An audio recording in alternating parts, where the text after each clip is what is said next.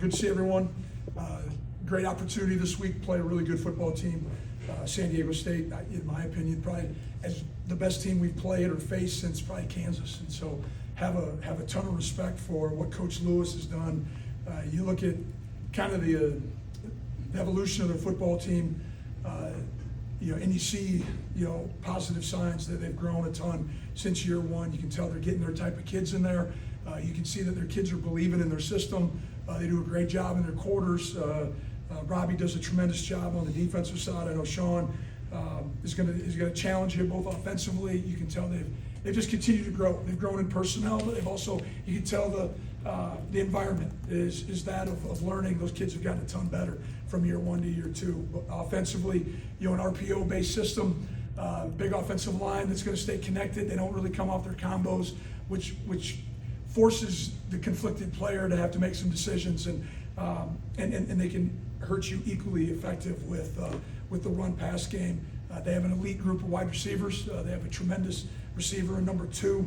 They line them up all over the place, use them in the run game as well, kind of the jet, the quarterback run game, the power sweep, the Q counter, a lot of motion from FIB. And then their run game, they got 2 backs that I think complement each other really well. They complement that offensive line really well. And then defensively, huge quarters team. You can tell they understand it. They understand the issues within it, and they have answers. They have solutions to it. They play extremely hard. They got a really good group of kids up front, the defensive line, that play unbelievably hard. They probably have a draft pick defensive end. That was, I think, the defensive player of the year preseason. They have a corner, number 1, who I think will line up everywhere, probably projected 3rd-round draft pick. So they got good players, and we got to execute at a higher level than we did the last time we lined up and played.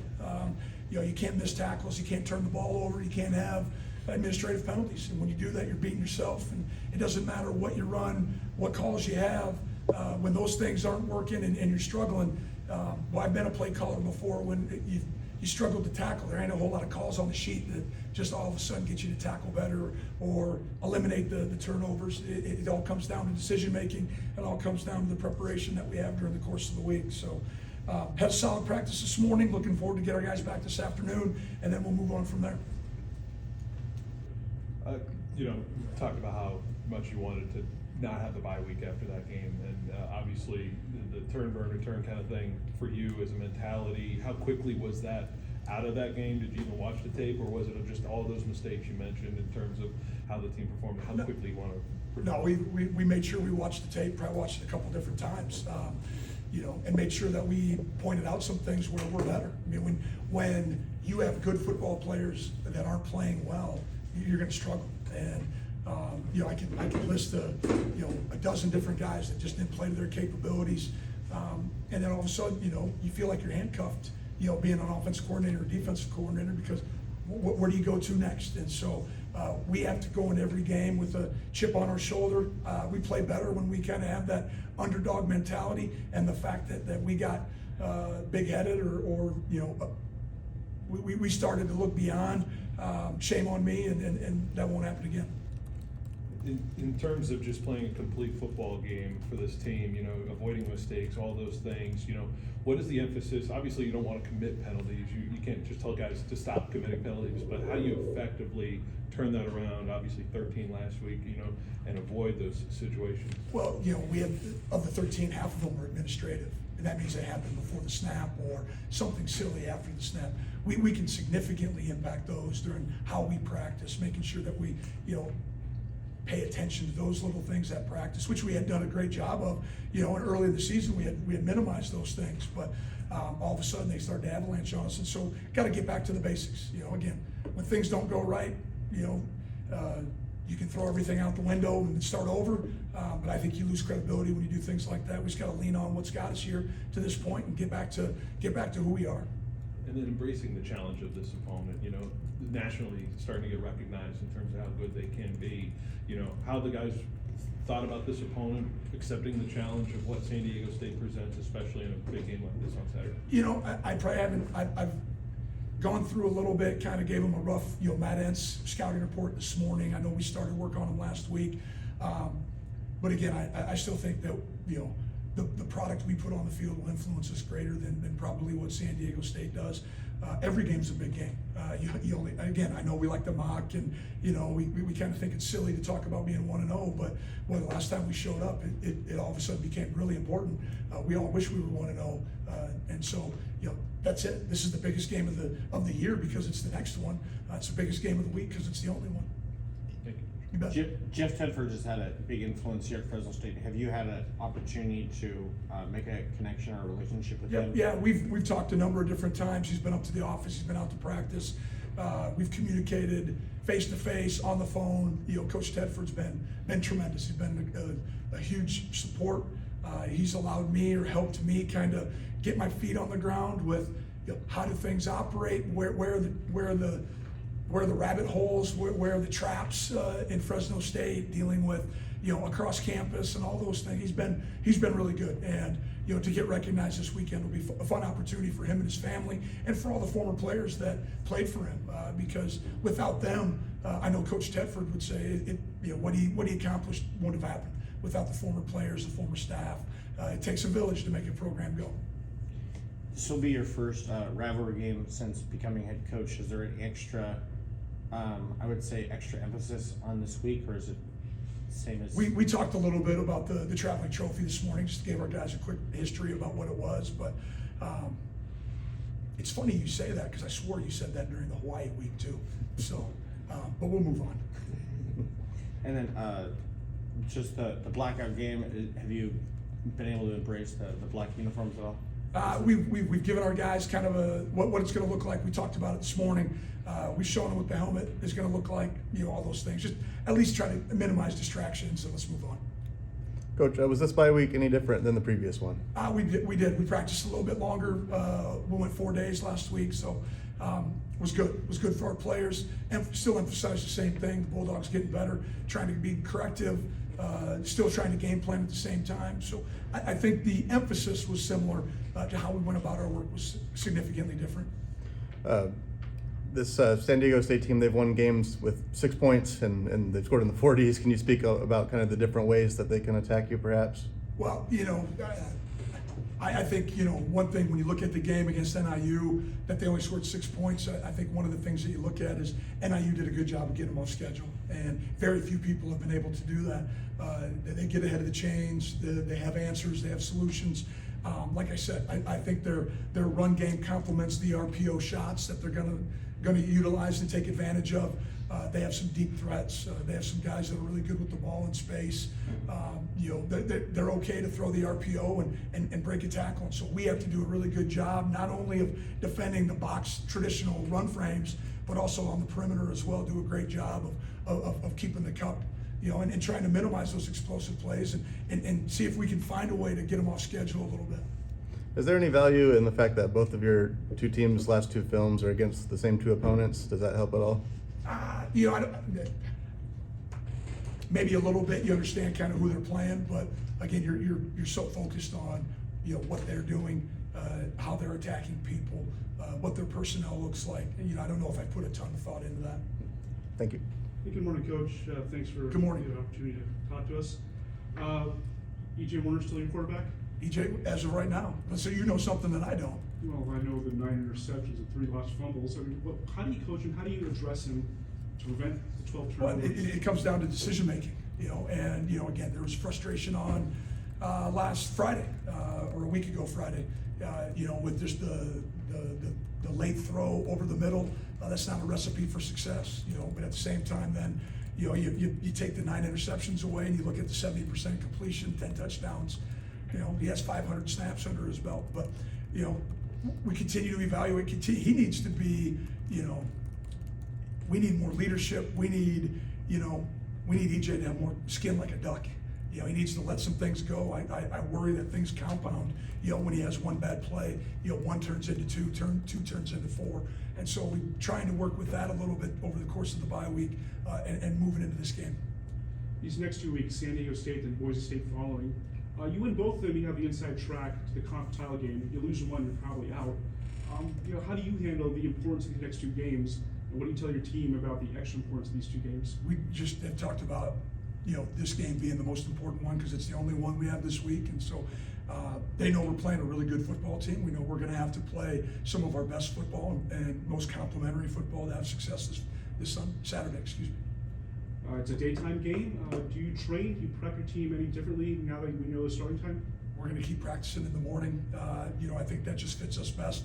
That fits our class conflicts. But, I think the fact that we're a morning practice team will fit well into what we're doing. And it's no different than what we did up at Oregon State as far as there's a little bit of a shell of what that schedule looks like.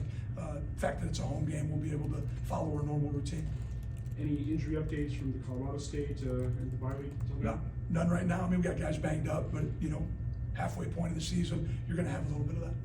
And if it does come down to a tiebreaker between you and UNLV, it could go down to the computer polls. The Sports Source poll is one of the polls used, and they're not public. It's a private poll. The Mountain West isn't going to release it. Sports Source isn't going to release it. Do you think that's fair for the media, for the public, that we don't know? That is the farthest thing from my mind right now. I'm worried about playing San Diego State this week. Morning, Coach. Just want to ask how you just kind of bounce back on that flight home and the reflection that you have. Well, I don't know if, you bounce back on the flight. The flight probably, gets you even more fired up because you got a 2-hour flight. You sit there and watch the film and try to evaluate, try to look at personnel, and self-reflect. And so, I think after Monday, we needed to start turning the page. We can sit around and feel sorry for ourselves, continue to, wear and tear on our team, but at some point we got to get them back. We got to get them going, and so that was an emphasis last week. Let's learn from our mistakes. Let's have some corrective periods during the course of the week, and then let's start improving as a football team. I don't think what we put on the field at Colorado State was indicative of who we are. I think people in this room, myself, we've seen us play better football, but we haven't seen both phases played poorly at the same time, and that can't do that. We got to have complementary football. Both sides of the ball we need to rally. We need to play better. When you get back to the facility on Monday, did you see any sense of urgency from the guys that came back and just really wanted to get back on the field? I think so. There's a level of frustration. We talked about it right after the game. We talked about it on Monday. That you're going to wish you had that one back. You're going to wish that you could go back and redo it, but you don't get redos in this world. You got to live with it, and we got to grow. Either you're winning or you're learning, and hopefully we've learned a great lesson in that game. And then just speaking about the opponent, San Diego State, again, kind of just a different team, kind of a team that was underrated coming into the season. In the preseason polls was projected to finish bottom 5, and they're 5-1. Just kind of how much does that not give you confidence in what people think preseason and going into the season and how things kind of just play out? Right. Well, I think if you get caught up and lost in what the experts think or the media, you're spending your time doing the impossible. You'll never be right. So I think and I kind of mentioned it earlier. I think it shows that Coach Lewis and his staff have done a tremendous job of getting buy-in, getting their type of guys in the program. You see that they stayed the course with what they were going to be, who they wanted to be, and their kids are buying into the product. And so it's refreshing to see someone that walked into a program that was struggling, and just kept doing his thing. They keep doing their thing, and now they're reaping the benefits of that. That's why you show up every day in practice. Coach, I'm just curious, things that you might know or you have heard about Coach Tedford, the way that he coached this program, that you think maybe still linger in this program and will continue to linger throughout Bulldog history? Well, I know there's some things that we do from a tradition standpoint that probably were Coach Tedford, either he brought them back from his early careers playing for Coach Sweeney or instilled them in our program. And again, we've tried to be as respectful as possible. Again, I realize that the pride, the tradition for this program is bigger than one coach, it's bigger than one player. And I think Coach Tedford would tell you that as well. And then I've had an opportunity in the 9-10 months that I've been here to meet a ton of former players, and just the respect, the admiration that they have for him, for the product that he put on the field. You know, the attention to details that he had, something that we're trying to emulate, trying to mimic, and just, you know, create a really good college football program. Morning, Coach. Morning.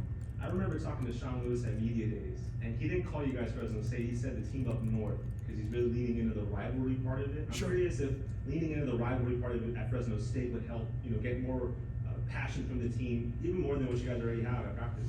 I don't know, it's a good question. I haven't thought of it. The 12:30 kickoff means that fans have a chance to, you know, leave games at 4 o'clock instead of 11 o'clock.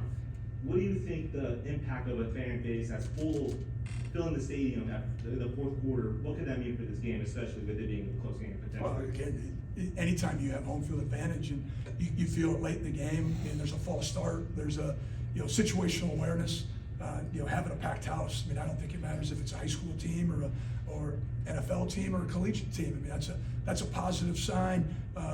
You know, 18 to 22-year-olds, they get a lot of excitement, a lot of energy based on, you know, the atmosphere. And again, I'm sure Coach Lewis is warning their players, or talking about, you know, the environment that potentially exists, you know, when they come to Children's Valley or Valley Children's Stadium. And did you notice the lack of an atmosphere in this last fourth quarter of your last home game? The fact that you guys needed a stop against Nevada, but there was a half full stadium in the fourth quarter? I did notice. I was pretty concerned with what was going on in the field.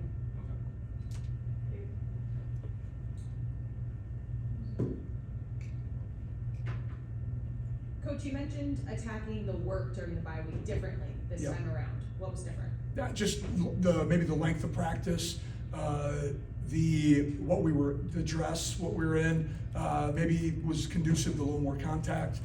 We practiced an extra day than we did in the initial Bulldog week early in the year. So just something, not anything that anyone would really notice, but except the people internally. I want to ask about the defense. What was changed or added to practice this past week that kind of helped the Dogs stop the run a little bit? We've tackled every day. We've tackled every day. You go back and watch that film. I don't think it was a structural problem. It was a tackling problem. We went from having 5 missed tackles against Nevada to over 20 against Colorado State. Same kids, same point of emphasis all week long. We got to execute, period. I can't miss any more tackles. You've mentioned as the weeks have gone on, you know, we're almost there and seeing the run game and all the phases really click together. Do you feel like we're close to that point? I think so. I think you go back to last week, you know, when you're down 35-7 at halftime, you're not going to lean on the run game a whole lot. You're trying to find ways to get back in the game. You know, you look at last week, for example, on the 22 run plays that we called, we averaged over 6 yards a carry. So I don't think it's broken. We just need to protect the football. We need to tackle better. We need to play complementary football. And I think we'll see more run game, you know, when we have those moments. And with San Diego State coming to town, the first trophy game, I know you mentioned a little bit earlier that you talked to the guys about the rivalry. What does that mean to you, knowing that this is going to be an opportunity to get some hardware in the case? Well, I think it's exciting. I think, again, we presented it this morning. I don't think our players had a ton of understanding. We didn't play San Diego State last year. You know, I don't think really I think they've only played for it like 13 times, so it's not probably they probably don't know as much about this. Because again, you didn't play for it in COVID, you didn't play last year. It's kind of been a hit and miss traveling trophy the last few years. So I think, you know, just giving them the information, making sure they understood what's out there, what the opportunity is. But again, it's going to create some excitement. It's going to create a little bit of buzz around the game. But at the end of the day, we still got to continue to execute at a high level. We got to understand the game plan. We got to dive into it. We got to really, you know, start to believe that it's doable and that we can show up and we got to play well. Awesome. Thanks, Coach. All right, thank you. Thanks, everybody.